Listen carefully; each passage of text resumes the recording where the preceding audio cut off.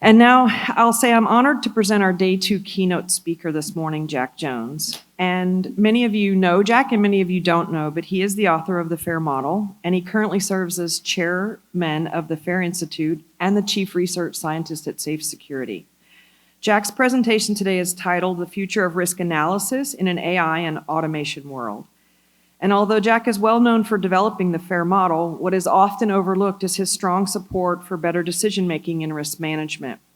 Jack and I were together on the first ISACA Risk IT Task Force in 2009 to begin the process of moving risk management from being a backward-looking function of audit to a forward-looking connection between the assets that are used to deliver the products and services that the business cares about and the threats that might disrupt that ability.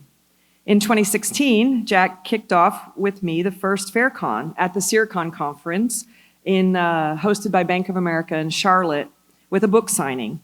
And the book, many of you know, is titled Measuring and Managing Information Risk, A FAIR Approach. That book was inducted into the cybersecurity canon that same year in 2016, and it was a huge leap forward for cyber risk quantification. So I've known Jack a long time, and he is a tinkerer and a dreamer who continues to push us all to think about what is possible and provide practical guidance on what the future of risk management might look like in each of our organizations. So please welcome me in joining Jack Jones to the stage.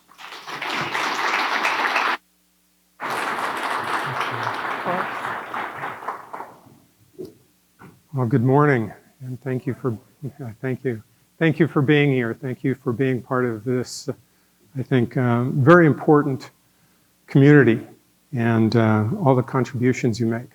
So, looking into the future, I don't have a crystal ball, but I have ideas. As Lisa said, I'm a dreamer and a tinkerer, amongst other things. And so, what I'd like to present this morning is sort of my thinking. I wouldn't go so far as to say forecasts necessarily, but we'll let history determine that, about risk analysis in the future, in this rapidly changing, very interesting future that we all face right now. So let's dive into this a bit. And as many of you who know me know, I like to make medical analogies because there's so many very interesting connections and parallels. So let's talk medicine for a second. I'm going to use an analogy or a construct here that I've heard others use in the medical field about sort of medical epochs. And we can think of medicine 0.x, which was medicine as a craft, right? Indigenous medicine, shamanism, these sorts of things, reliance on placebo effects, and even things like bloodletting, which persisted for, of course, thousands of years as a prevailing medical practice. This was medicine without science, right? Beliefs driven, if you will. Now, that isn't to say some of the indigenous practices weren't effective. They were, but they certainly couldn't explain why they were effective or why they, in some cases, weren't effective. Okay. But this is where medicine was for thousands of years. Then in the mid-1800s, let's say, we began to get into medicine 1.0, the beginning of actual science around medicine. And that's when we get to see the introduction of new medicines and surgical techniques and diagnostic techniques and these sorts of things based on scientific principles and methodologies. And that has, of course, been very valuable to us. It has roughly doubled our expected lifetime, which ain't bad, okay? But then there's this thing I'm going to refer to as medicine 2.0. And this is sort of more proactive in nature, more a focus on prevention rather than diagnosis and treatment, all right? And we see a focus on something they refer to as health span rather than lifespan. So prior to medicine 1.0, back here, it was, people died early and quickly. from infections and injuries and those sorts of things. Then Medicine 1.0 came along and we prolonged our lifetime and people aren't dying quickly nearly as often. We tend to die later, but it's dragged out over a period of time. It's a less comfortable sort of existence. But with healthspan, we live longer and healthier. The costs are lower because it's prevention. And we're understanding and treating root causes, right? Which I think we can all get behind as a good idea. This is roughly where we are in my estimate, and I'm not an expert in this by any means, but this is sort of, for illustration's sake, this is roughly where we are in medical practices around the world today. We're just getting into 2.0, okay? Which is, I think, very good news, but there's a long ways to go yet there. And we can see AI in Medicine 1.0 is being used in diagnostics, X-rays and radiology, other radiologic sorts of practices, medicines and whatnot, or these other analytic practices. And then treatment, development of new medicines, and those sorts of things. So AI in medicine is really just beginning, and it's already having, or showing at least, very strong promise in terms of its efficacy. We can do diagnostics more quickly and more accurately, and the treatments tend to be more effective with fewer side effects. AI in Medicine 2.0, again, focusing on prevention, really digging into sort of personalized, your genetics and those sorts of things to understand how each individual is sort of physiologically constructed, so to speak.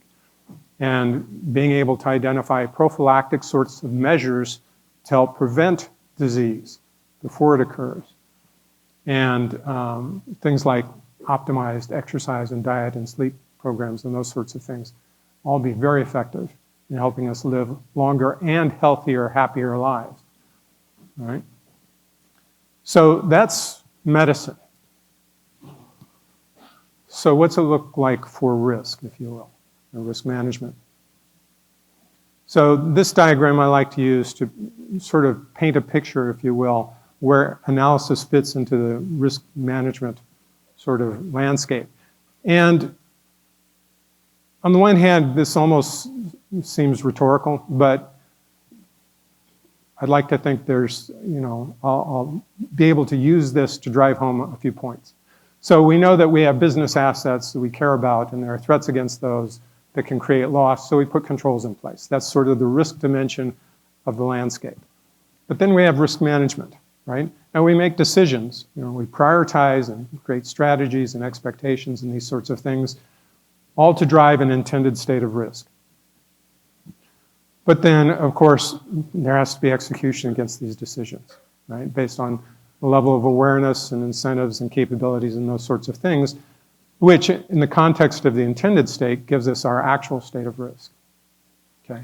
But because this is a living, breathing program or system, if you will, we have to monitor it. We have to look for changes. And then we have to analyze that information and feed it back into the decision-making process so that we can make adjustments based on how the landscape is changing. And down here in the corner here, this little box, unassuming little box, the risk analysis, if that's broken, this whole thing becomes a crapshoot.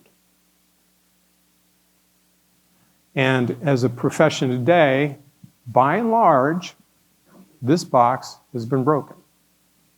All right? This is why this community exists, is to fix this. All right? And I'll explain more about this as we go along. But when that's broken, again, the rest of this is not going to function nearly as well as it could otherwise. So, with regard to the data that we gather from our monitoring, right, we want to have appropriate coverage. We want the data we need to understand our risk landscape. If there's a bunch of shadow IT or other sorts of things, how many people in here know of an organization where shadow IT is a thing? Anybody? Yeah, okay. Maybe not where you work, but you've heard of it. Okay, so coverage, we need data, right, to feed the analysis, to feed the decision making, right? So coverage is important. And especially as things change. Data accuracy, right?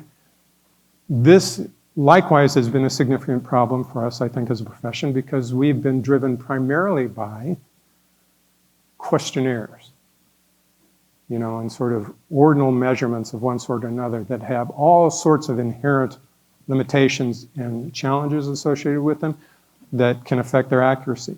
And how many people in here got to see Douglas Hubbard's session yesterday?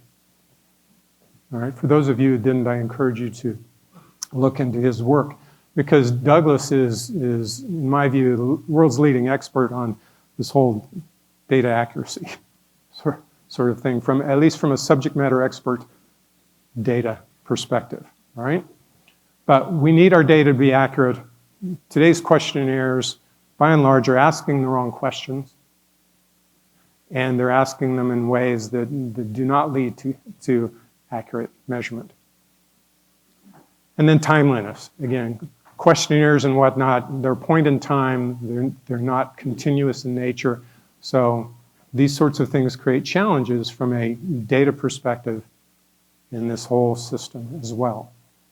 And then the analysis accuracy.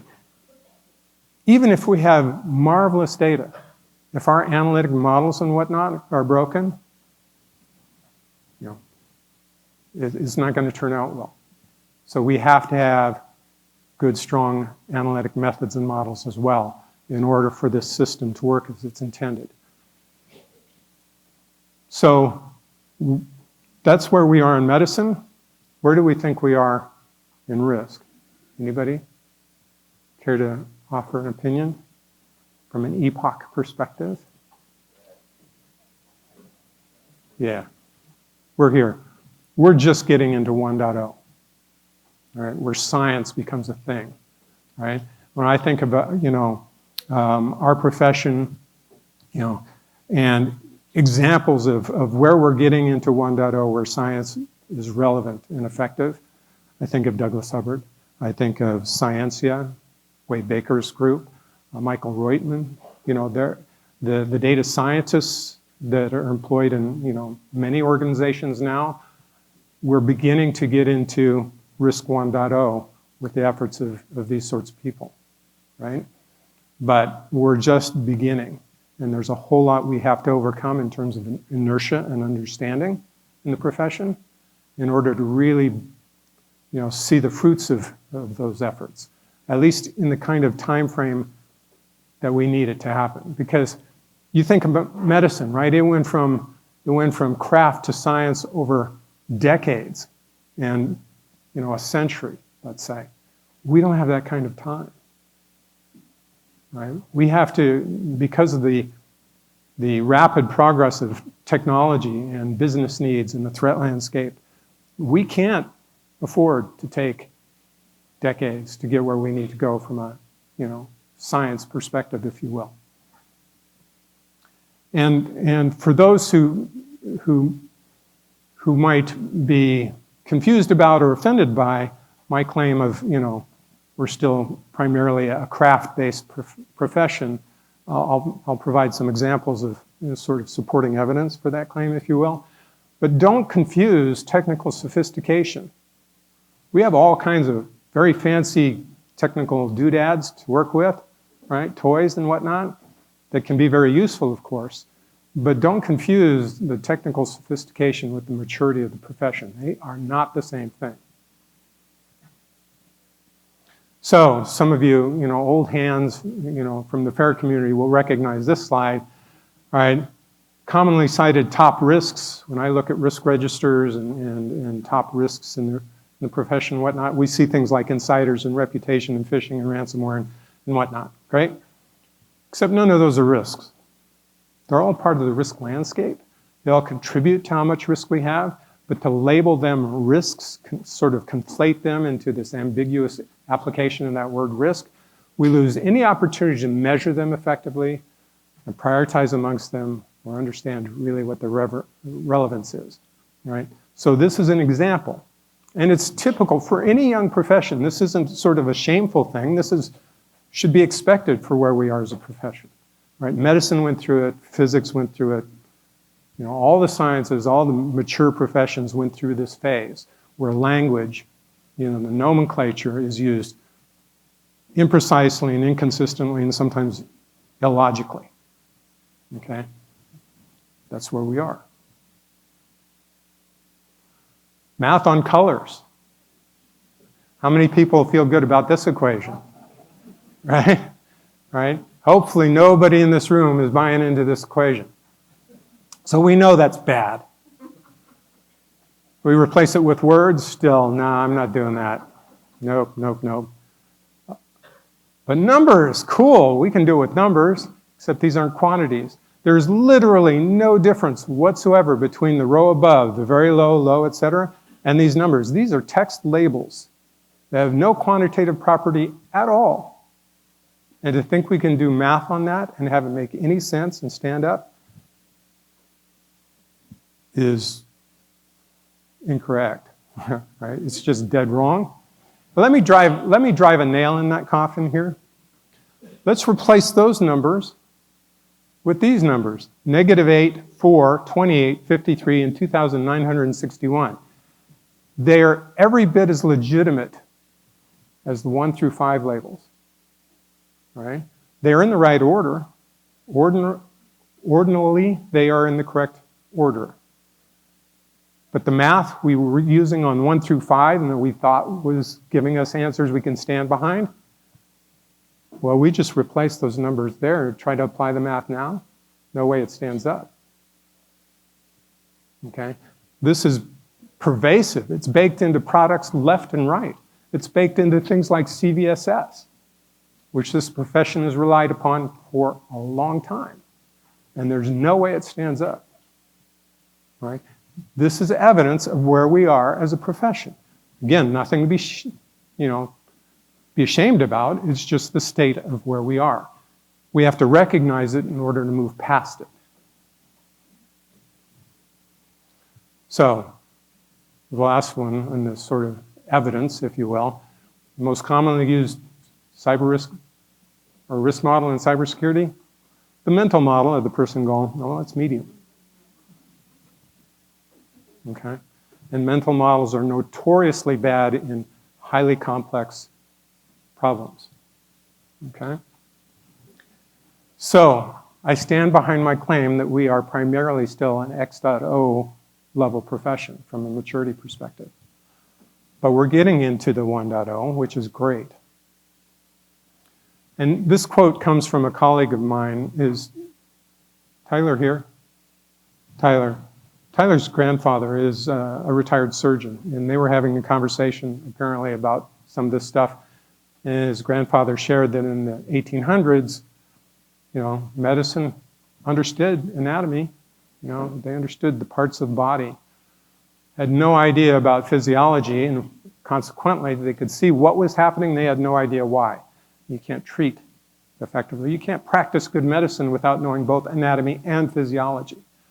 And we as a profession, you look at the frameworks that we've known and loved, the ISOs, the NIST CSFs, the PCI DSS, the high trusts, these things, it's pure anatomy.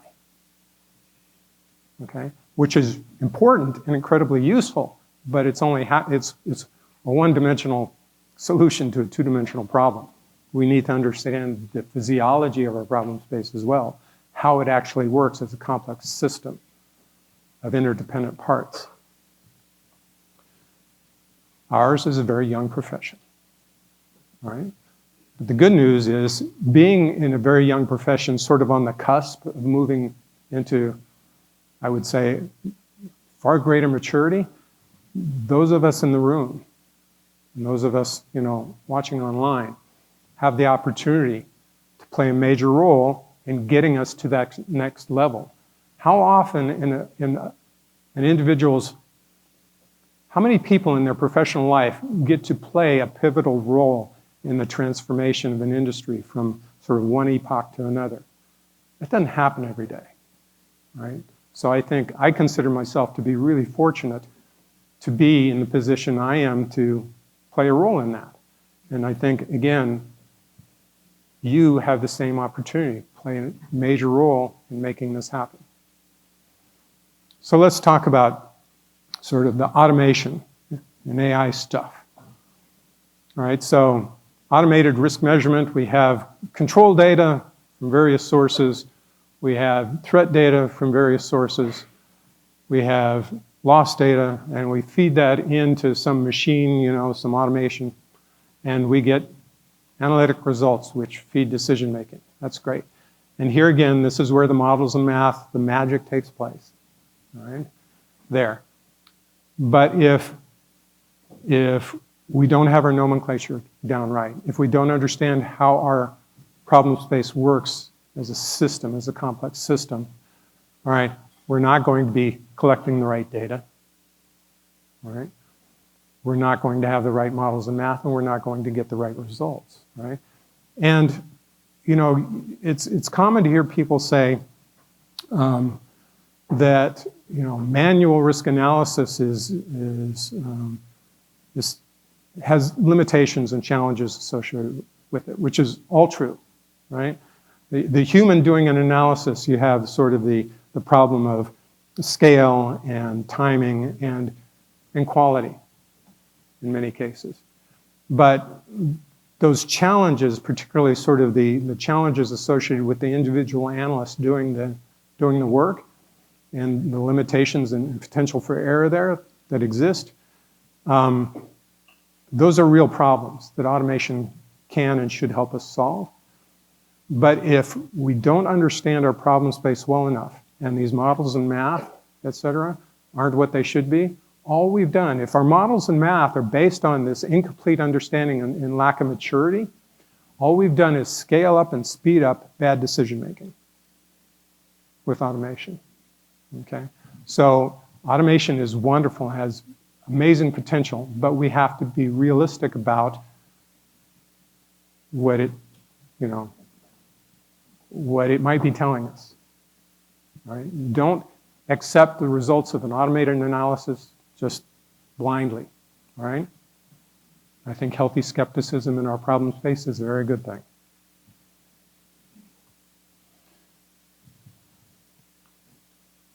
So let's talk about AI for a second. So what's the difference between automation and AI? Anybody care to offer an idea on that? Instead of a factory, we've got this synthetic brain, if you will, right? The difference is the model isn't designed, it's learned through the training, right? That's what machine learning and artificial intelligence is about, right? Where we're training some synthetic thing, if you will, brain model, to do the analysis. And that's great, right? Because designing complex models, especially in a problem space like ours, I think is really challenging to get right. And so being able to take this approach has tremendous potential. But this is only as good as the data that we feed it. If we feed it crap data, we're going to get crap results. And again, we have challenges in our profession from a data perspective, serious challenges. Not so much the quantity of data in all cases. We have a lot of data in some areas and not nearly as much data as we want or need in other areas. And very often we're not getting the right data. So this has great potential, but right, it's only as good as the training. And so to give you an example, and this is a very superficial sort of example, but it's to drive a point. I asked Bard this question: provide rough quantitative estimates of the top risks that a large hospital might face from a cybersecurity perspective. And it spit out this list. All right, it might be hard for people to read, but none of these are risks. And it's not quantitative, right? Now, Bard isn't a trained model to answer this sort of question. It's very generic, as a large language model. But where it's getting this data is from the corpus of information that our profession has been putting out there and is documented over decades, right? So it is trained on what our profession has taught it or fed it, right? And so I would argue that this is a decent representation, again, of sort of the maturity problem and how it can affect, the use of AI. Now, Chad, where are you, Chad? Chad, all right. Chad shared with me the other day a prompt he put together to ask a similar sort of question, but his was, I don't know how many words you used in that prompt. It was a big, very detailed prompt. And what he got back was far better than this, right? It was actually not a bad sort of shot, if you will, at answering a question like this. And frankly, far better than most risk registers we see in organizations that we work with, okay? But the point is, Chad is one of the world's leading experts in FAIR, and so he's going to be able to construct a prompt that's going to get better information than I think we'd get from most people in the profession around this sort of thing. So here's sort of how I'll boil that down. How effectively could we have applied AI in the mid to late 1800s? Probably not very well because of limited data, limited understanding, and those sorts of things. And again, so we have some challenges in the application of AI in our problem space right now, I think. The good news is there are some, I believe, strong use cases today that are being realized. So again, we do have our toes in the 1.0 water from a risk perspective. We're just beginning, but we have some good opportunities that are being leveraged around event detection and malware and these sorts of things. So that's the good news. I think once we sort of wake up to some of the challenges that we have in this, from a maturity perspective, we can make very rapid progress as long as we don't let inertia sort of stand in the way. And inertia in any sort of professional change paradigm can be a challenge because people don't like change. And people tend to be very strongly wedded to the things they've been practicing for decades. But, we do have, I think, some good, strong use cases today around sort of diagnosis, identifying events and those sorts of things. Lots of room to grow there still, but I think we're in a much better role or position. From a treatment perspective, I couldn't come up with a really strong use of AI, examples of really strong use of AI from a treatment perspective today. They may exist, I'm just not aware of them, but I think we have some sort of nascent work going on there that's very promising, but it's very young. And part of the reason for that is treatment boils down to controls. And how many people in here are familiar with FAIRCON?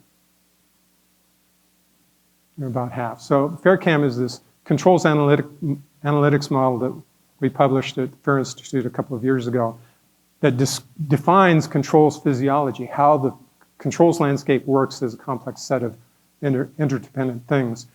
And that provides the basis, I believe, for really strong application of AI in the treatment area. Absent that, I would argue strongly that there's not a prayer. There's no chance for applying AI strongly in the treatment dimension if we don't understand the controls problem space deeply. And today we don't. We understand anatomy, those frameworks. We know squat about physiology. But in the future, let's look at what we have to look forward to. So risk 1.0, reactive, right? Just as in medicine, sort of diagnostics and treatment. We have, again, the stronger use cases that I mentioned a minute ago, event detection, behavioral analysis, those sorts of things. And treatment, prioritized remediation, personalized solution sort of recommendations. So being able to look at, rather than sort of reliance on best practice sorts of things, being able to understand deeply and well the conditions within an organization, their needs and constraints and those sorts of things, and provide recommendations around that. I think that can be a game changer, these things, right? Sort of the treatment perspective. Risk 2.0, right, is proactive, sort of like Medicine 2.0, where you're focusing on preventing bad things from happening, being truly proactive. You hear the word, especially around vendor solutions, you hear proactive being used all the time, right?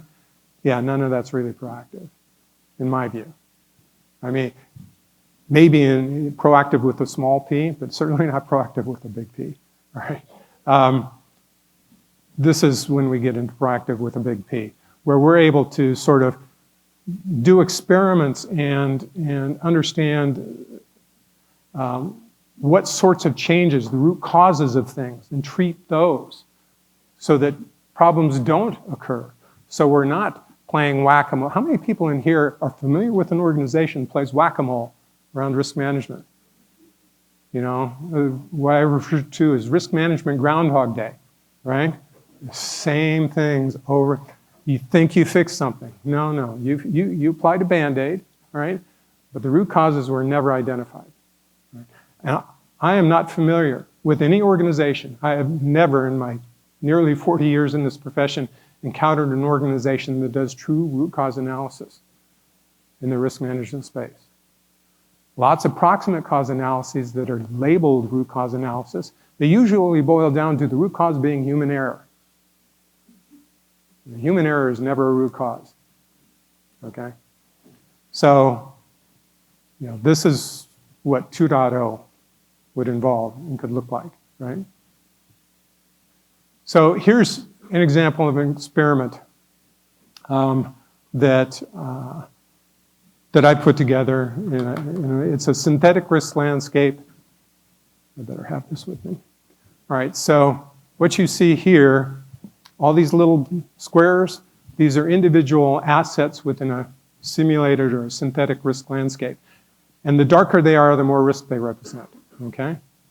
Here we see a chart that shows in this virtual risk landscape the security teams, the CISOs' understanding of how much risk they have.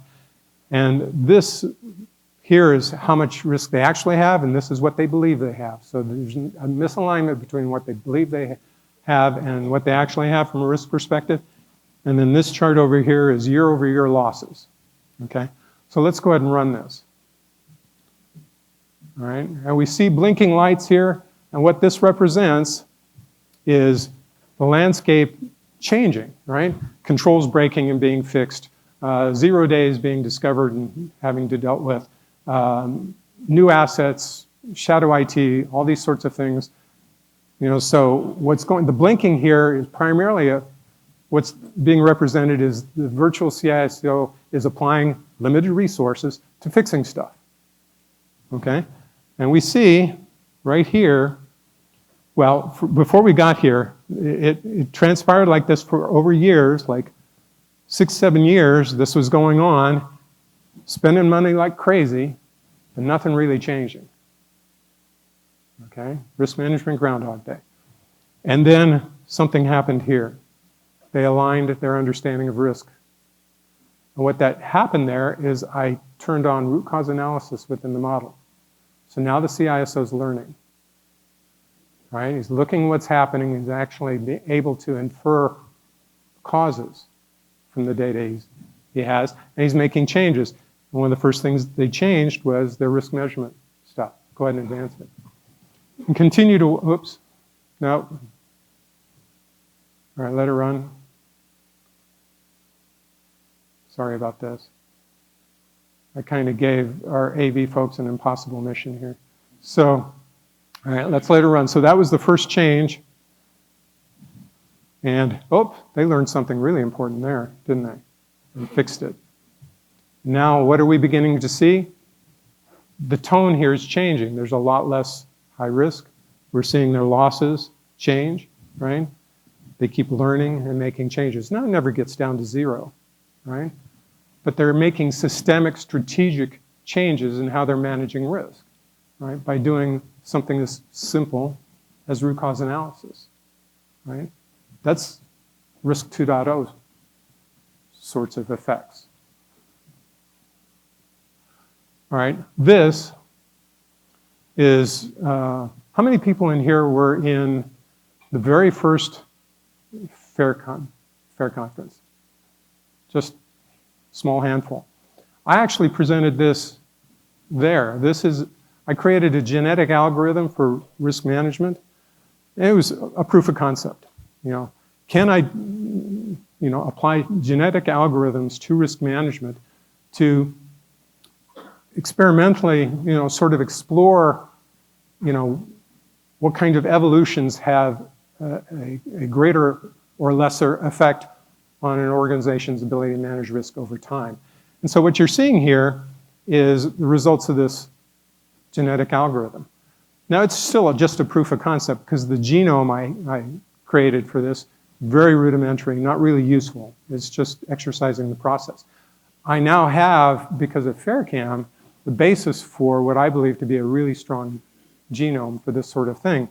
But the point is, we can do these sorts of experiments. We can understand sort of the nature of risk management at a more fundamental level and apply scientific methods like this and like deep learning sorts of things and of course the data science that some of our really smart colleagues are capable of doing to learn incredible things and affect the change that can make all the difference in the world in terms of our efficacy as a profession, the value we bring to the table, and our chances of success against the bad actors out there.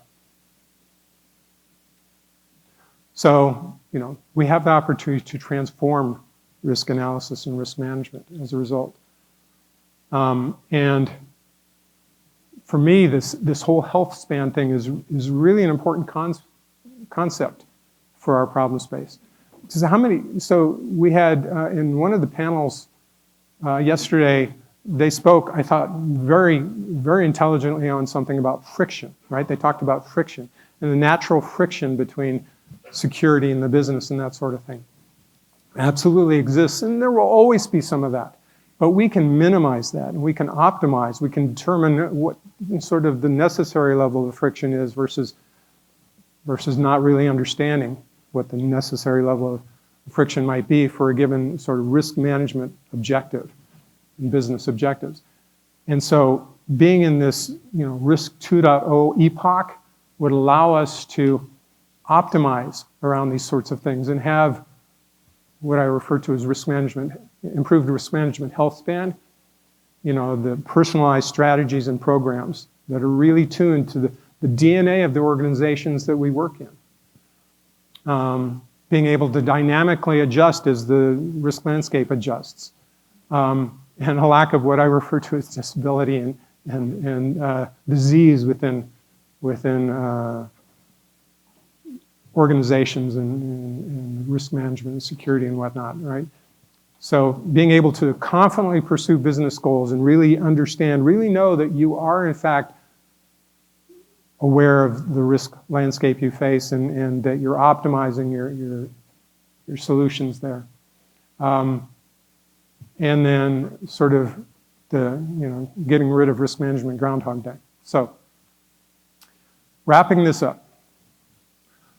Bottom line is AI will transform our problem space. Absolutely it's going to, all right? But we aren't there yet. We have some growth. We can still leverage it. We can continue to advance our application of it.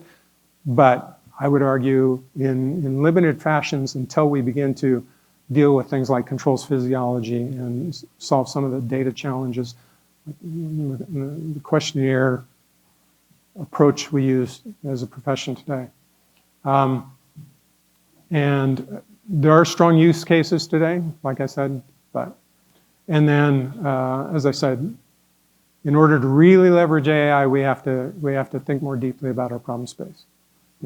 not assume we know what we're talking about, at a more scientific and fundamental level. So